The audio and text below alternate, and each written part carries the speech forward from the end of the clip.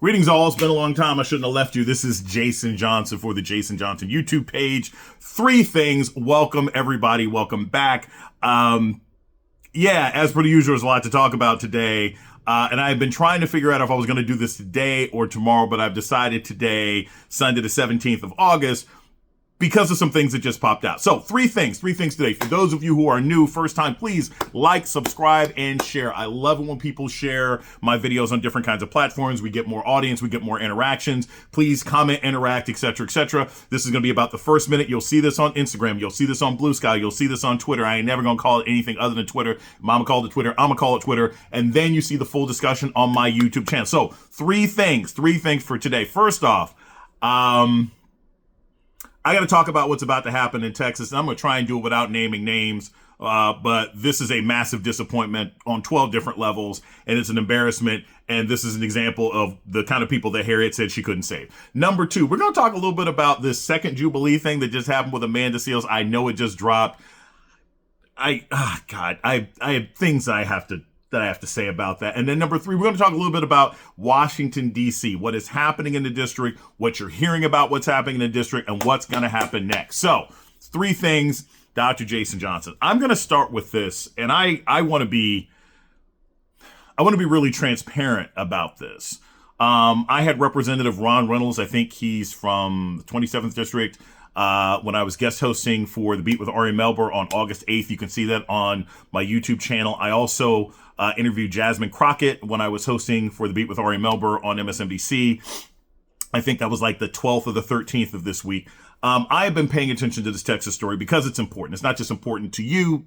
It's important to me. It is the first domino in what's going to end up happening to our country as far as a representation. It's the reason from my last video talking about the Thanos snap. Well, since that last video, which is about 4 or 5 days ago, Gavin Newsom has now come forward and said, yes, this is the map.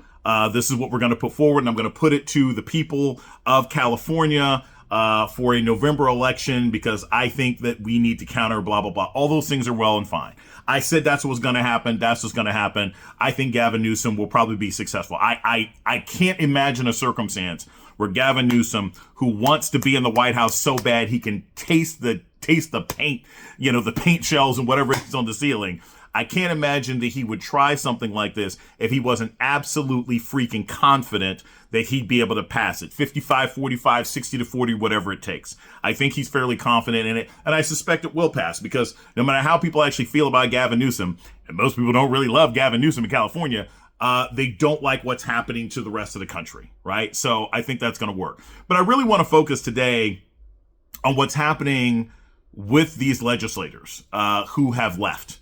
And the fact that more or less what I'm hearing right now, what's being leaked and reporting right now, is that they're all going to return because the special session that Abbott called has ended. They're all going to return on Monday and go back to the Senate floor and supposedly go arm in arm.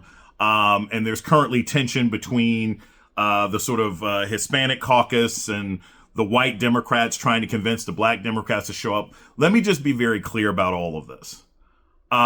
This is a despicable level of capitulation. It is a despicable level of capitulation. The Democrats who left Texas haven't been gone for like 2 weeks. And there've been longer holdouts. There've been 100-day holdouts. You're talking about a situation where Abbott, if he gets his way, is going to wipe out the representation of millions of people. 5 legislative seats basically gone. All the black representation of that state gone.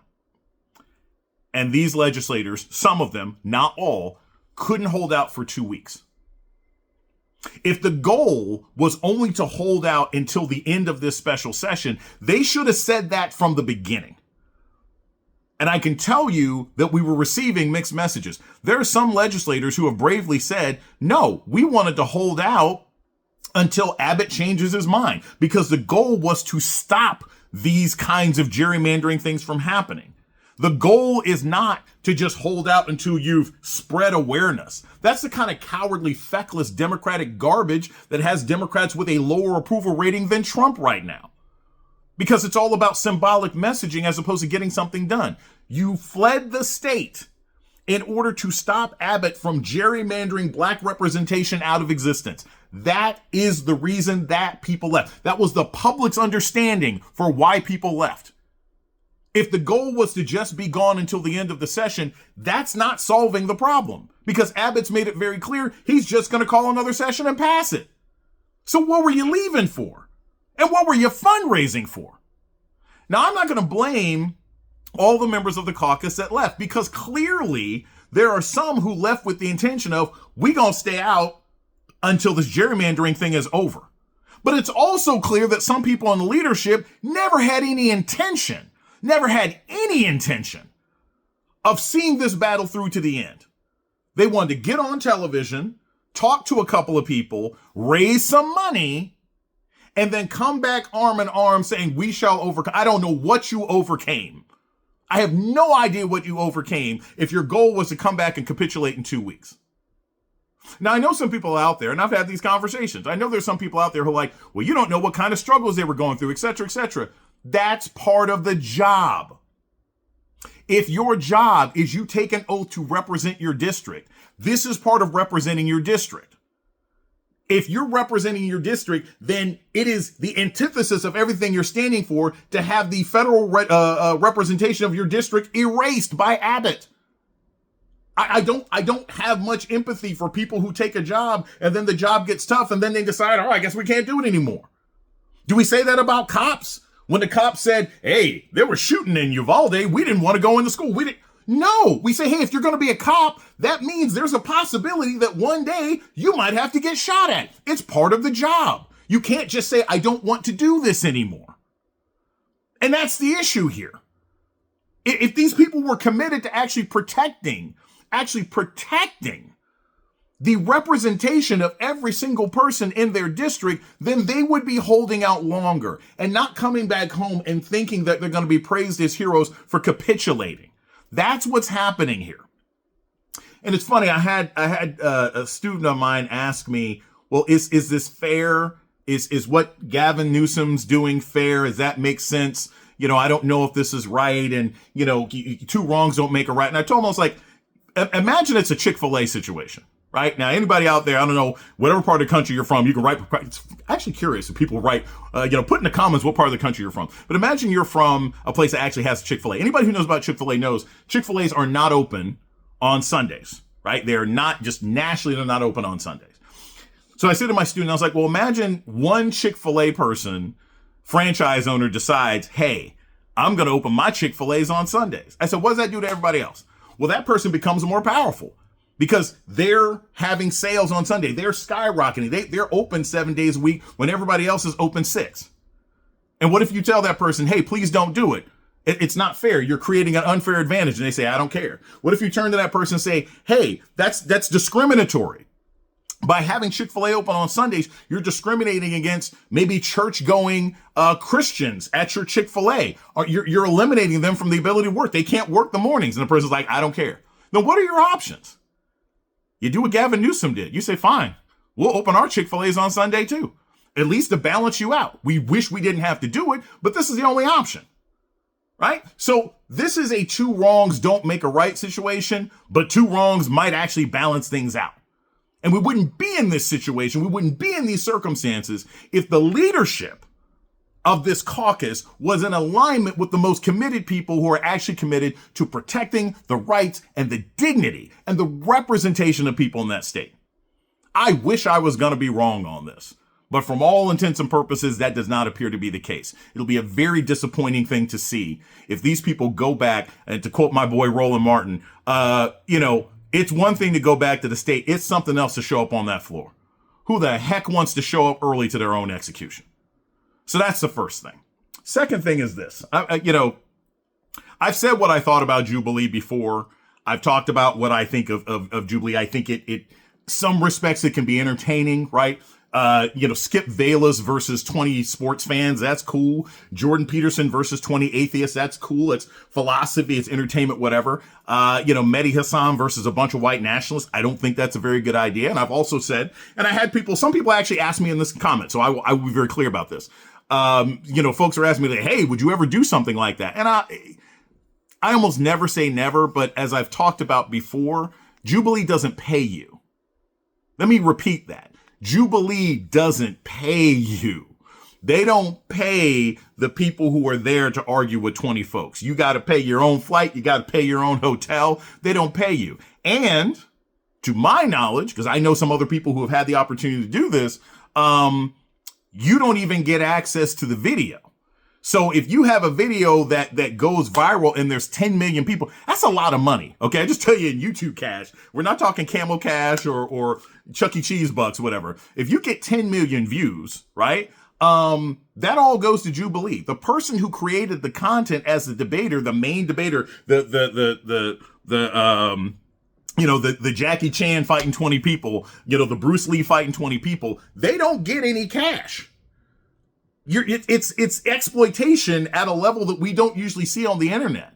This goes back to the BET comedy show days where it's like, we're going to pay you an exposure. BET had all these great upstanding comedians come on and perform for hours on end, right? They got years and years and years in content. They weren't paying those people, right? Or they were paying them some minimal amount. And then, later on, they weren't giving any sort of residuals. So that's my general feeling about it. I say it because I had a lot of people asking me, and I had a lot of conversations with people about Amanda Seales going on and debating 20 conservatives. I actually watched it.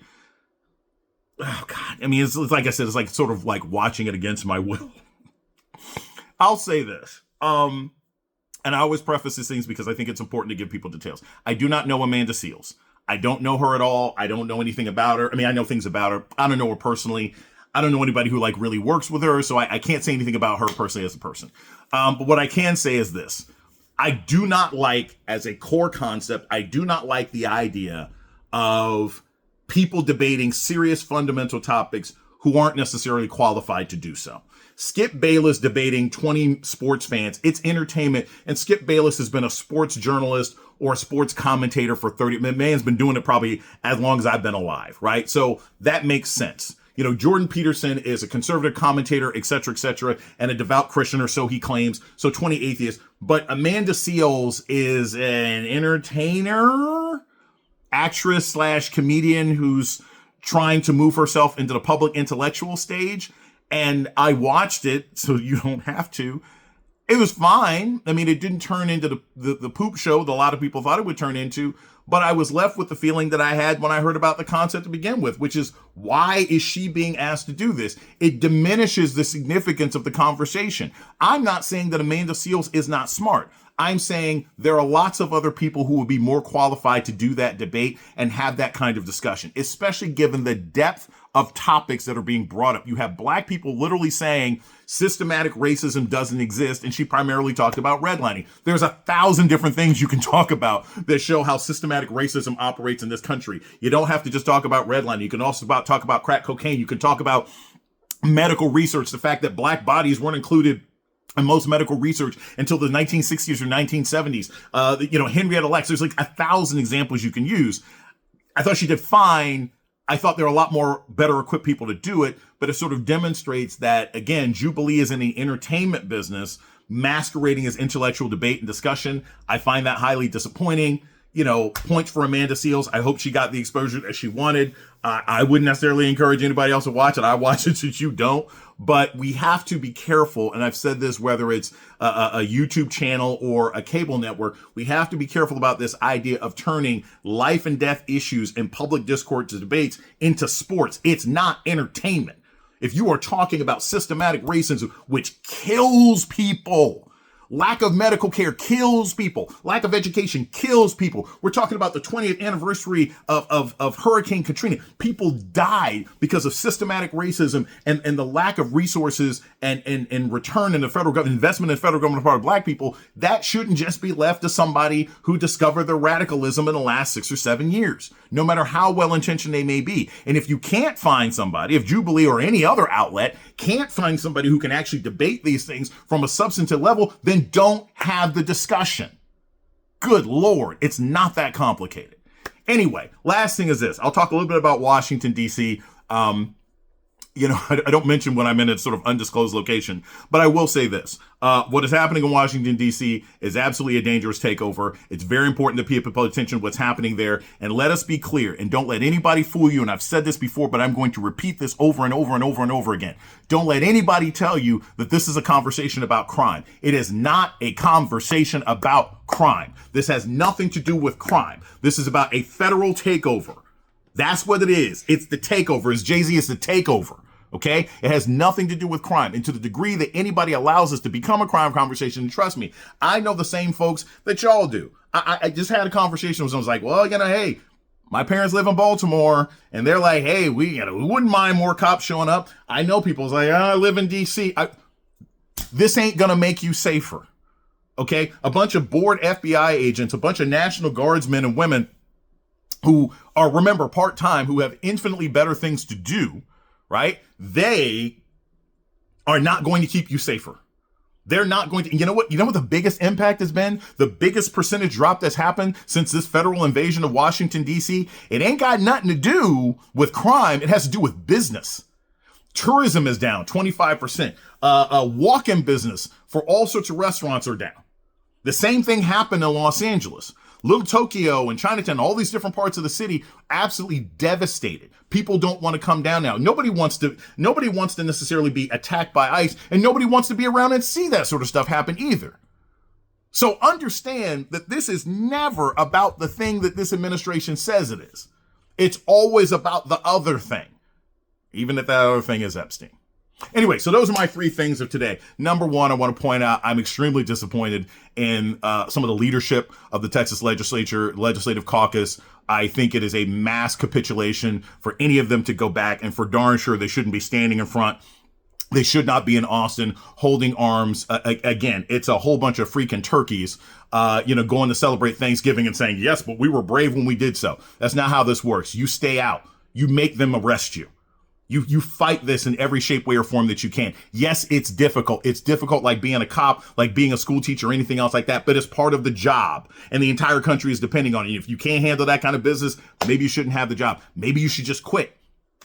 Maybe you should just quit and have Abbott have to call special elections. Number 2, I talked about the Jubilee thing because it's news and people are going to talk about it, but I don't think this is helpful, and I think this is a bad trend. And I will say myself, it ain't the kind of thing that I generally believe in participating in, just because it's exploitative financially, and also it diminishes the importance of the issues being talked about. And then third, look, it's coming to a city near you. There's another clip that you guys are going to see me post probably Monday, Tuesday of this week, talking about Seattle. Seattle's going to be next on the list. Detroit's going to be next on the list. If you live in a blue city, if you live in a blue state city, there's a very good chance the administration is coming to you. And if you want to fight this, the best thing to do, if you're in another state, find out. There's 10 states. I should post these actually. The National Guards in Ohio and Tennessee. It's a lot of these southern states that are lending their National Guards. You don't like this happening? Call your governors and say, do not lend your National Guard. Be like Wes Moore. It's probably the first time I've ever said that. Be like Wes Moore, and tell your governor to stand up like Wes Moore did when he said, look, there is no way the National Guard is under my control. And there's no way I'm going to let Donald Trump take them and use them to abuse, oppress, and turn American cities into a handmaid's tale. Anyway, that's 3 things from Jason Johnson. Catch you later. Please like, subscribe, and share. I'm going to be posting a couple more things on this because right after this Texas thing happens, there's going to be a lot of fallout. Bye.